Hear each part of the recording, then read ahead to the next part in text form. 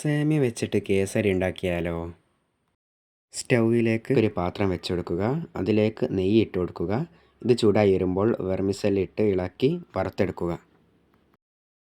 ഈ ഒരു കളറാകുമ്പോൾ ഇതിലേക്ക് വെള്ളം ഒഴിച്ച് നല്ലതുപോലെ ഇളക്കി കൊടുക്കുക.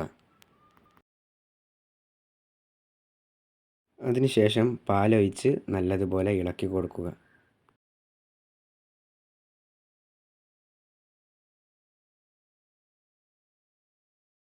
ഇനി 2 സ്പൂൺ പഞ്ചസാരയും ഒരു നുള്ള് ഉപ്പും ഇട്ട് നല്ലതുപോലെ ഇളക്കി കുറുക്കിയെടുക്കുക.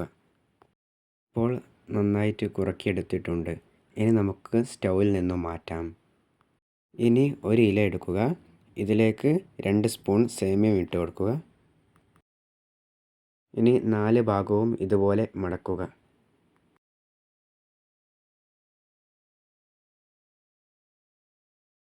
ഇതുപോലെ നമുക്ക് ബാക്കിയുള്ളതും ചെയ്തെടുക്കാം.